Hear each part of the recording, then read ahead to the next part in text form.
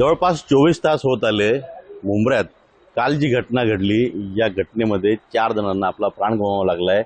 2 जण अजूनही मृत्यूशी झुंज देत आहेत. तर 7 जण असे आहेत की ज्यांना हाताला लागले, कोणाला डोक्याला लागले, कोणाच्या पायाला लागले, कोणाच्या गळ्याला लागले. अशा वेगवेगळ्या घटना ज्या आहेत काल घडलेल्या आहेत. ही इतिहासातली रेल्वेच्या इतिहासातली पहिलीच घटना आहे की एकाच वेळी 13 जण जे आहेत ती या जो अपघात आहे अपघातातून पडलेले आहेत. अशाच पद्धतीनं साधारणपणे 8:19 टिटवाळा ट्रेन जी होती ती मुंबई रेल्वे स्थानकावरती आली. फास्ट लोकल होती. आज आपण जर पाहिलं तर ह्या इथून लोकल ज्या आहेत त्या फास्ट लोकल जरी असल्या तरी त्या हळू इथून नेल्या जात आहेत. पण याच्या आधी खूप मोठ्या पद्धतीने स्पीड होता आणि यामुळेच हा झटका लागून इथं जो टर्न आहे, शार्प टर्न आहे, पुन्हा आपल्याला दिसतंय शार्प टर्नमध्ये, त्यामुळे झटका लागून लोक जी आहेत ती पडलेली आहेत असं लोकांनी सांगितलं, प्रशासनाने सांगितलं.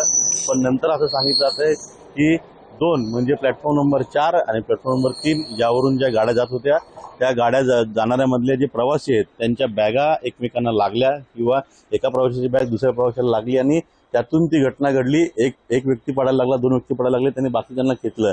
तो एका डब्यातला ती घटना होऊ शकते.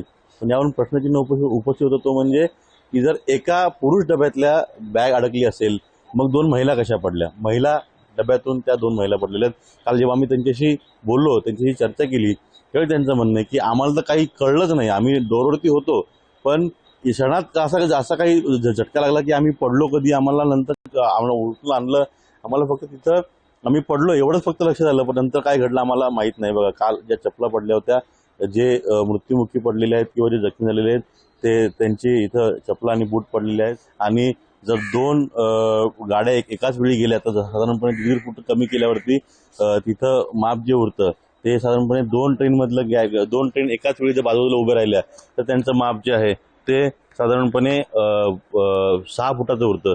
6 फुटाच्या मापमध्ये कोणाची बॅग कशी लागेल, कोणाचा हात कसा लागेल, कोण कुठे लागेल हे अनेक प्रश्न आहेत. रोज रिटर्न तिकीट सगळ्या प्रवाशांची असते, प्रवासी काढतात, जे चाकरमानी कामाला जाते.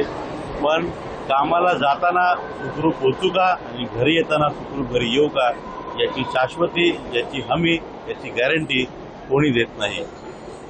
पुढे संदीप पवारचा, अजित मांढरे, न्यूज 18 लोकमत, मुंब्रा.